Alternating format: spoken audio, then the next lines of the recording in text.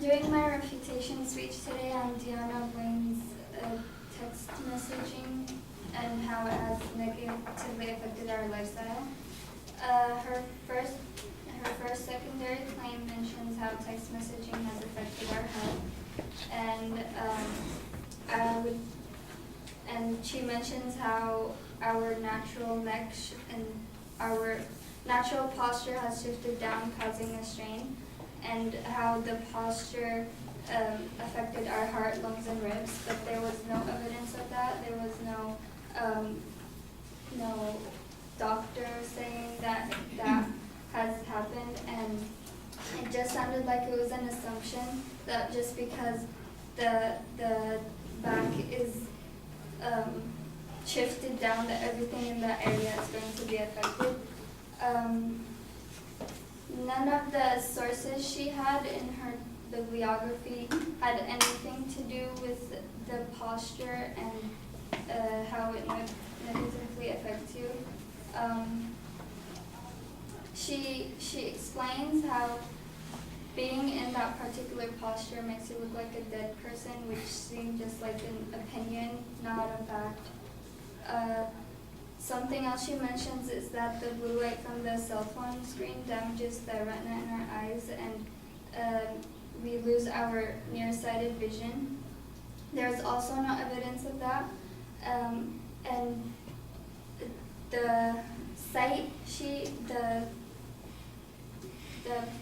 website she got that information from was mostly talking about computer screens and how sitting like looking at computer screens or any screen in general for long consecutive hours can damage your retina and vision. But the argument is about text messaging, and you can't really use your phone and look at the screen for 2 consecutive hours while text messaging, because you text, you put the phone down, when the text comes back, you pick it up. You can do that for 2 hours, but you're not looking at the screen for 2 consecutive hours. Even in the website she used, it said it can affect up to 90% of people who spend 2 or more continuous hours a day with their eyes glued to a screen, which is what I said, you can't really do that with text messaging. Another claim she said was that text messaging takes attention away from actions that need full attention, it's frequently taking place in class, dividing the student's attention from the lecture. There was no evidence that students that are text messaging in class have lower grades than people that aren't text messaging in class. She also mentioned how employees have lost jobs due to text messaging, but there was also no proof of that. There are many people that lose their jobs for many reasons, but how many are actually from text messaging? She never mentions that. Also, she mentions how car accidents causing severe injury and deaths have increased in number due to text messaging. She does give evidence, but she said that it has increased. She didn't compare how many accidents there were before text messaging and how many there are now. The last claim she had was how text messaging causes invisibility to our surroundings, and how it weakens the relationship. But text messaging actually strengthens long-distance relationships, either with family, friends, or even girlfriends or boyfriends. According to WebMD, people in long-distance romantic relationships can form stronger bonds than those in normal relationships, and they can do that by text messaging and communicating. She also says how text messaging causes slowed responses and reactions.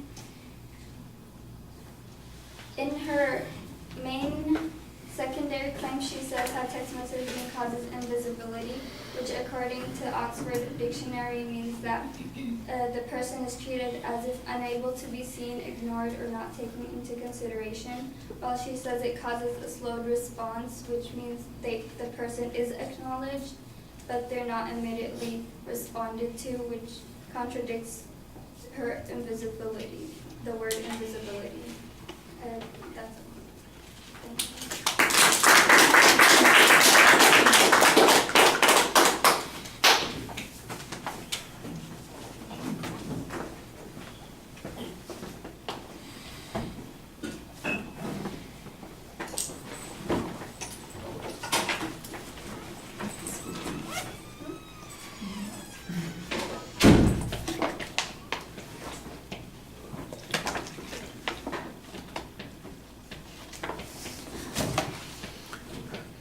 All right, well, you identify the general claim. The secondary issues you only get to individually as they come up, so there's no preview of those. It probably would be a good idea to recap for the audience before you dive in. You go right into that first one about the health issue, and you challenge the lack of evidence there. I thought you had a good explanation about why there was a lack of evidence. You then mentioned that you went to her sources and didn't find any information that referred to this particular issue. I think you also might want to point out that says even if you are slumped down, there's no demonstration that slumping down has any negative consequence to people. You don't even know that you don't breathe as well as a consequence of this. That's all presupposition. So I thought that you had a very good press on that. What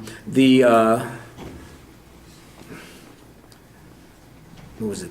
Oh, the thing about the blue light issue, I thought you challenged that pretty effectively by looking at the particulars of the evidence that you had, showing that it doesn't apply to texting, and you had a very nice explanation about how the exposure there is not equal to what text messaging is, and you gave a simple example to illustrate that particular point. I thought that was also pretty effective.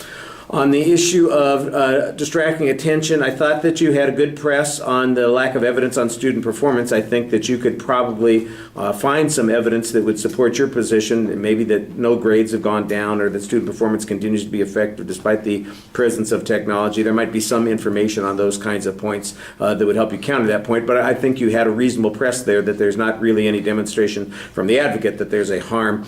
The stuff about car accidents, you basically have a press on the lack of comparative data. I don't know that you have a very strong argument on this. I think you ought to be willing to concede some things that are probably true, but I think there's a good answer to this, and that is we know this and we are aware of it, and we're doing all that we can to prevent that sort of thing. Plus there are laws that address those sorts of things. So it's not as if there's a dispute on whether or not this is true. There's no argument here. It is a distraction for people who are driving. But the question then becomes, are we doing something about it? There might be some dispute about that, and we are doing something about it. Then I think then you've got kind of a preemptive answer to a hypothetical argument, which isn't the argument that they're really making. They're really presenting something that's just a piece of factual data.